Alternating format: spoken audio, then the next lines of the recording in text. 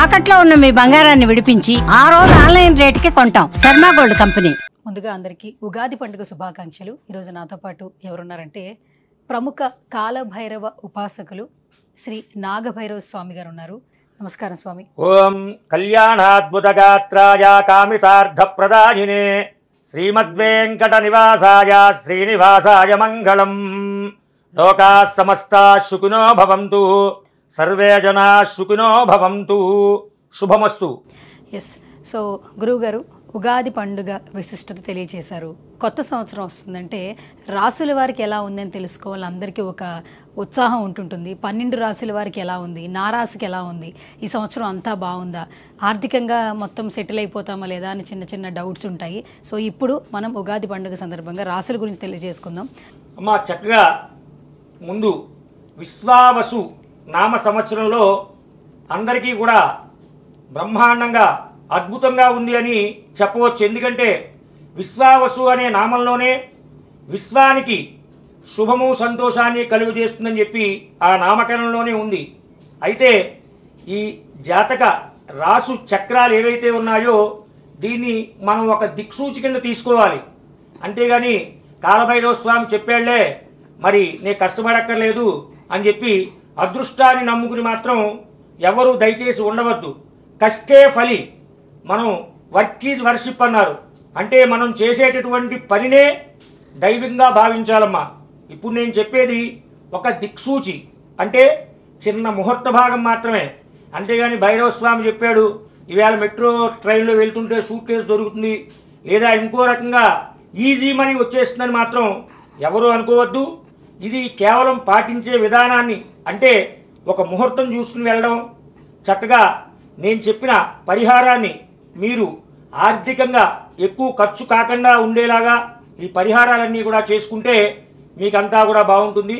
ముందుగా విశ్వావసునామ సంవత్సరంలో కొన్ని మీకు అద్భుతమైనటువంటి విషయాల్ని ఇప్పుడు నేను తెలియజేస్తాను. ఈ సంవత్సరం అనగా మే 16వ తేదీ నుంచి జూన్ 4వ తేదీ వరకు కాలచక్ర జ్యోతిష్య ప్రకారము కాలసర్పయోగం ఉందమ్మా ఈ సంవత్సరంలో.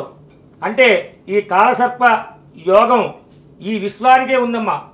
దానివల్ల ఎటువంటి పరిణామాలు ఏర్పడతాయో మనం క్లుప్తంగా తెలుసుకుందాం.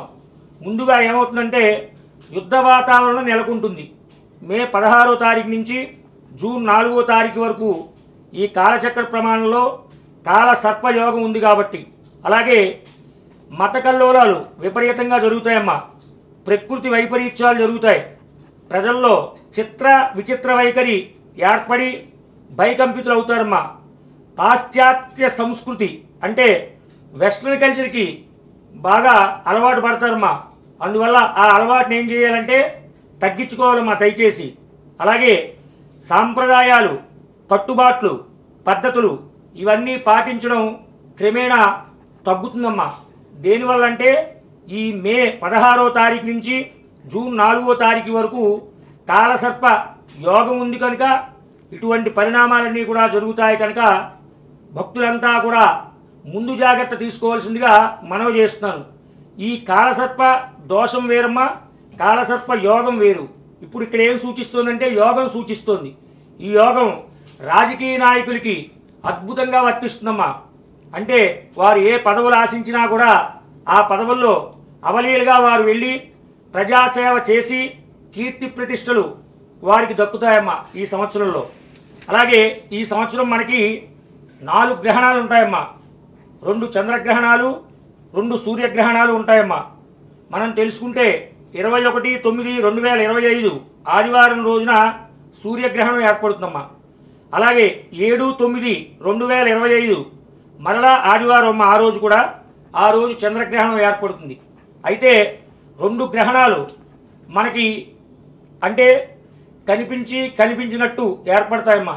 మొత్తం చూసుకుంటే 4 గ్రహణాలు ఈ సంవత్సరంలో సంభవిస్తున్నాయమ్మా. గురుగారు, సో ఏ రాశుల వారికి ఎలా ఉందో తెలుసుకుందాం. సో మొదటగా మేషరాశి వారికి ఎలా ఉంది అమ్మా? ఈ సంవత్సరం మేషరాశి వారికి ఆదాయం 2, వ్యయం 14, రాజ్యపూజ్యం 5, అవమానం 7గా మేషరాశి వారికి ఉందమ్మా.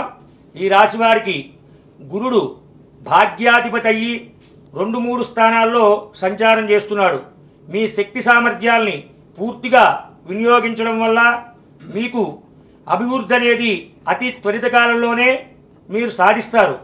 అలాగే మేషరాశి వారికి ఈ సంవత్సరం అంతా కూడా అన్ని విధాల బ్రహ్మాండంగా ఉంటుందని చెప్పవచ్చు.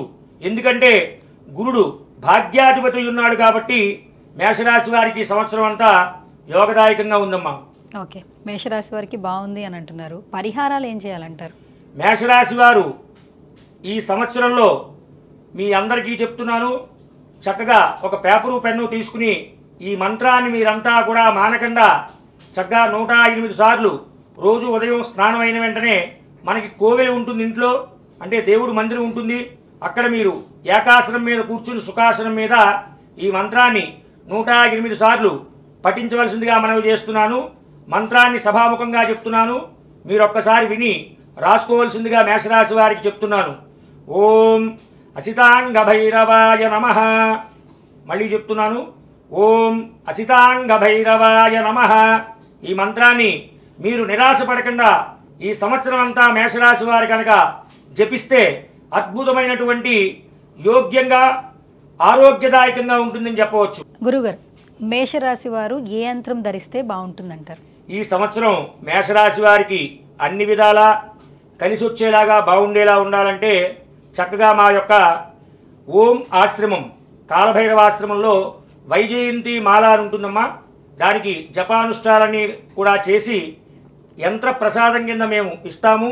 అది మీ యొక్క డేట్ ఆఫ్ బర్త్ను చూసి చక్కటి ముహూర్త నిర్ణయం చేసి మీకు దానిని ప్రసాదం కింద ఇస్తాము. అది కనుక మీరు ధరిస్తే మేషరాశి వారికి ఈ సంవత్సరం అంతా కూడా అద్భుతమైనటువంటి యోగదాయకంగా ఉంటుందమ్మా.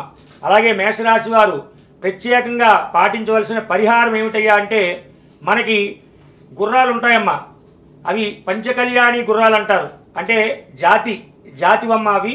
మేషరాశి వారంతా కూడా మీరు సావకాశం చేసుకుని, ఈ విచిత్రంగా ఉంటుంది ఈ పరిహారం, కానీ ఖచ్చితంగా చేసి తీరాలమ్మా. మేషరాశి వారు మాత్రమే ఈ యొక్క ఉగాది నుంచి మీకు ఎప్పుడు సావకాశం ఉన్నా ఒక్కరోజు తీసుకుని చక్కగా ఏకాదశి నాడు కానీ తిథి మంచి చూసుకుని హోరాకాలము అంటారంటే మధ్యాహ్నం 12 గంటలకి అభిజిత్ లగ్నంలో పంచకళ్యాణి గుర్రం ఎక్కడైతే ఉందో అక్కడికి వెళ్ళి దాని మీద మీరు అధిరోహించాలమ్మా.